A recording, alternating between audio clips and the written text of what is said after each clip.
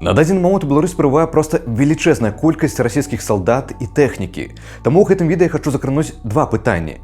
Першае – гэта прыбыццё расійскіх акупантаў на нашу тэрыторыю, і другое – тое, што мы, беларусы, нарэшце павінны зрабіць свой геапалітычны выбар. Ад пачатку хачу абгрунтаваць сваё права называць расійскую федэрацыю акупантам і агрэсарам, прычым ёсць цэлы дакумент афіцыйны, які вызнае на міжнародным узроўні расійскую федэрацыю агрэсарам. Пасылку на гэты дакумент, як і на все наступныя дакументы, пра якія буду сёння казаць, я пакіну ў апісанні пад відэа.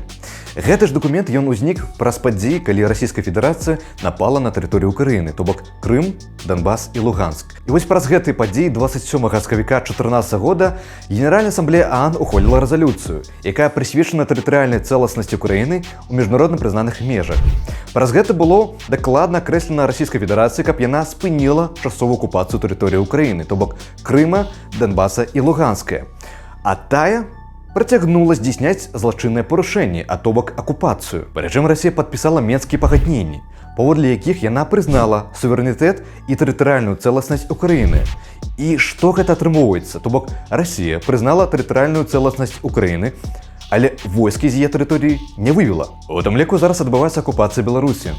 Давайте спачатку разбярэмся з паняткам акупацыі, каб зразумець, што указва на тое, што нас зараз акупуюць. Все мы ведаем з вами, што акупацыя – гэта заняцце чужой узброенай сілай, тэрыторыя якой ёй не належыць без легітымнага на тое дазволу. І тут мы бачым, што ў Беларусь ужо прыбыло 120 вайсковых эшалонаў, а чакаецца цэлых 230 тысяч вайсковых жаўнераў.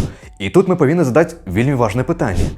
Якое яны маюць права размяшчаць свае войскі на нашай тэрыторыі? Па-першае, беларускі ўрад і Лукашэнку як прэзідэнта ніхто не прызнаў. Яны нелегітымныя, а то бок яны не маюць адпаведна паўнамоцтваў, каб даць права на такое размяшчэнне. Па-другое, Беларусь па сучаснай канстытуцыі мірная краіна, і яна не можа прымаць удзел у вайсковай агрэсіі.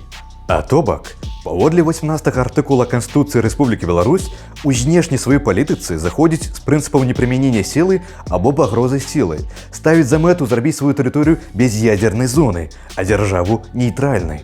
А гэта значыць, што на нашу тэрыторыю вялі вялікую колькасць чужынскай тэхнікі, войска, парушыўшы гэтым нашу канстытуцыю, зрабіўшы гэта без легітымнага на тое дазволу ў сваіх інтарэсах. І гэта дае поўнае нам права называць такія вот войскаў акупацыі, а Расію агрэсарам. І што яшчэ жахліва, калі з нашай тэрыторыі здзейсніцца напад на іншую краіну, то паводле рэзалюцыі ААН ад 14 снежня 1974 года Беларусь будзе таксама прызнана агрэсарам, як краіна, з тэрыторыі якой была здзейснена агрэсія ў дачыненні да іншай дзяржавы. І гэта будзе ганьба на стагоддзе, то бок нас моцна падстаўляюць. Расійскім акупантам не месца ў Беларусі. Тое, што Расія агрэсар, у свой час зразумелі палякі. І таму яны зараз жывуць у дэмакратычнай, развітай краіне, бо умеюць бараніць сваё.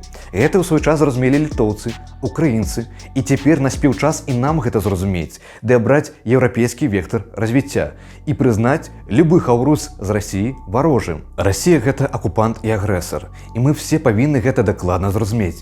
Бо без разумення гэтага мы проста не зможам рухацца наперад. І мы павінны проста арыентавацца, хто вакол нас і кім з'яўляецца. І ўсе мы разам павінны нарэшце зрабіць свой геапалітычны выбар, што мы не хочам раздзівацца разам з імперыялістычнай Расіяй, а хочам разам з дэмакратычным і развітым Захадам. Тым больш у свой час мы былі вельмі развіты ў правой думцы, і гэта на нас усе раўняліся. Дык што пайшло не так у нашай гісторыі? Давайте гэта неяк выпраўляць. І першы крок, які дасць нам магчымасць вырвацца з гэтай багны, гэта зрабіць свой геапалітычны выбар, дзякуючы якому мы зможам збудаваць незалежную і дэмакратычную дзяржаву. Дык няхай жыве вольная Беларусь!